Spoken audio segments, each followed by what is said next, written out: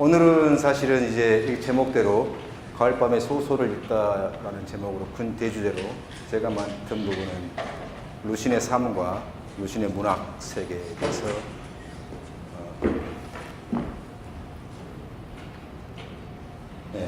그에 대해서 오늘 말씀을 한번 나누려고 하는데요. 사실 중국을 대표하는 작가, 문학가 한다면 루신 말고도 사실 많이 있습니다.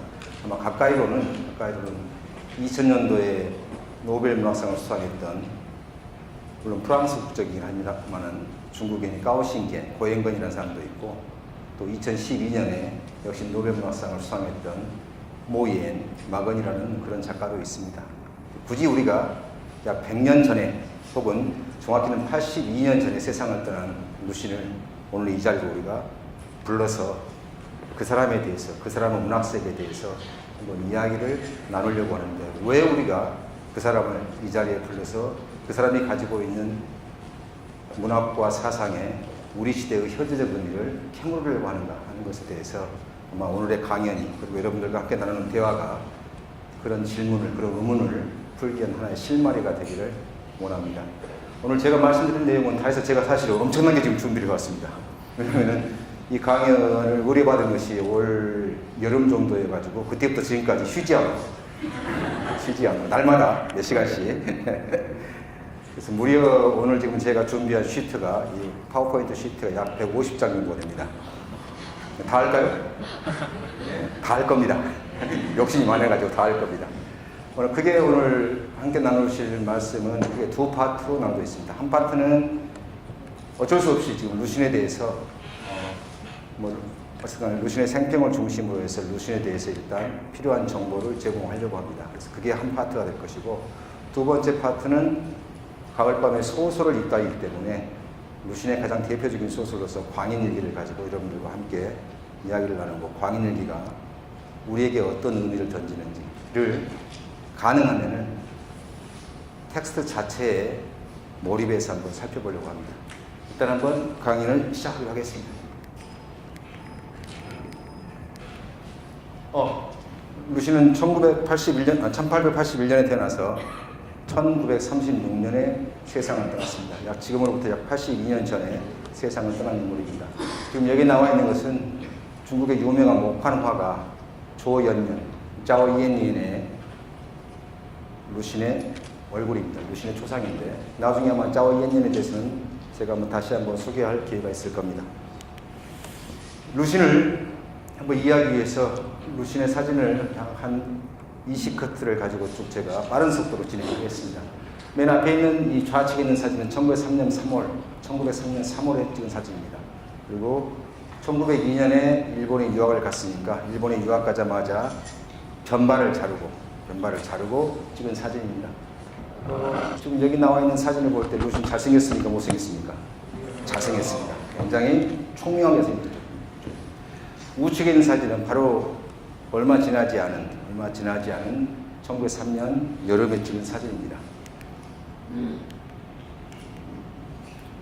좌측에 있는 사진은 1904년 가을이니까 아마도 도쿄에 있는 고군 학원에서, 우리식으로 말한다면 아마 우리 학교에 있는 언어 교육원입니까? 언어 교육원에서 아마 일본어를 연수를 하고 있을 때 찍은 그 사진입니다. 그리고 우측에 있는 사진은 일본의 도쿄 시절이니까 루신이 원래 의학을 전공하려고 일본에 유학했다가 의학을 포기하고 문학운동으로 돌아선 이후에 찍은 사진인데, 특이하게도 일본의 전통 의복인 와후구를 입고 찍은 사진입니다. 아주 드물게도 일본 옷을 입고 찍은 사진입니다. 다음 사진은 1925년 5월에 찍은 사진으로, 지금 좌측에 있는 사진은 루신의 작품인 아큐 정전을 러시아어로 번역해서 출간한 기념으로 러시아에게 보내기 위해서 찍은 사진입니다. 우측에 있는 사진은 1925년 7월에 찍은 사진이고요. 점점 이제 루신의 얼굴이 갈수록 좀 늙어가는 모습들을 우리가 확인할 수 있습니다. 좌측에 있는 사진은 1925년 11월에 찍은 사진이고, 우측에 있는 사진은 1928년 루신이 베이징을 떠나서 잠시 광동 지방에 또는 복건 지방에 와 있다가 다시 상해로 올라가는데, 상해 시절에 찍은 사진입니다. 그리고 이쪽 좌측에 있는 사진은 아래에 나와 있지만 1930년 9월에 찍은 사진인데, 루신이 자기의 50세 생일을 맞아서 기념으로 찍은 사진입니다. 우측에 있는 사진은 1933년 5월에 찍은 사진이고요. 그 다음에 이쪽이 1933년 9월인데 1933년 9월에 지금 우측의 사진을 보게 되면 자신의 아내인 허광평과 그 다음에 아들인 조하이, 혜영과 함께 찍은 사진입니다. 좌측에 있는 사진은 루신이 죽기 바로 10여일 전, 11일 전 정확히 11일 전, 그 당시 청년들을 이끌면서 중국 목과가 운동을 펼쳤는데 그 목과화 강습회를 연 다음에 그 강습회에 참여한 젊은이들과 함께 찍은 사진의 일부입니다. 죽기 11일 전이고, 우측에 있는 사진은 1930년 10월 19일 날 사망한 이후에 찍은 침대에 지금 누워있는 그 사진입니다. 자, 이제 다 끝났습니다. 루신은. 자, 루신이 어떤 사람인가를 살펴보기 위해서 루신이 썼던 글을 빠른 속도로 우리가 한번 살펴보도록 하겠습니다. 루신의 글 모음집으로 본다면은 단편 소설집으로는 크게 외침, 방황, 새로 엮은 옛 이야기에서 14편을 엮은 외침과 11편을 엮은 방황, 그 다음에 8편을 엮은 새로 엮은 옛 이야기, 이렇게 해서 크게 소설집으로는 3권이 있습니다. 3권이 있고, 루신의 글의 대부분을 차지하고 있는 것은 바로 여기 나오는 대로 산문집 및 잡문집입니다. 다 해서 무려 19권이나 됩니다. 19권. 그래서 무덤부터 시작해서 맨 끝에 있는 지배집, 수뷰 보편까지 해서 총 19권으로 이루어져 있습니다. 아마 루신의 연구자들은 이 사실은 산문 내지는 잡문집에 대해서 많은 시간을 할애해서 이렇게 연구를 하고 있습니다. 또 한 가지는 문학사 연구소가 있는데, 하나는 중국 소설사락이 있고 한문학사 강요라는 루신의 연구 저작입니다. 연구 저작이 있고, 그 아래에 있는 고적 집록이라는 것은 뭐냐면 중국의 옛 전적 가운데 여기저기 흩어져 있는 특정한 책의 인용문들을 한데 모아가지고 한 권의 책으로 엮어낸 겁니다. 예를 들면 어떤 책 소개가 A라는 책을 인용한 부분이 있고 다른 책에도 A라는 책을 인용한 부분이 있으면 그 A라는 책을 인용한 부분을 한데 다 모아서 A라는 책을 다시 만들어내는 것을 우리가 집록이라고 하는데, 루신이 집록한 이 고적으로는 고소설 부침, 방송 전기집, 소설 구문초, 회계군 고사잡집, 해강집 등등 여러 권이 있습니다.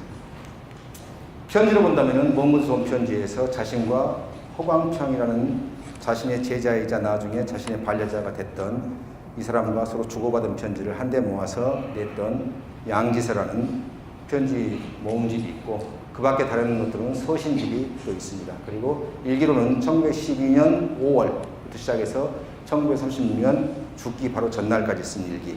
물론 루신 일기가 시작됐던 1912년 5월 5일은 루신이 교육부 사회교육사 제1과장으로 처음 부임받은 날부터 일기를 쓴 겁니다.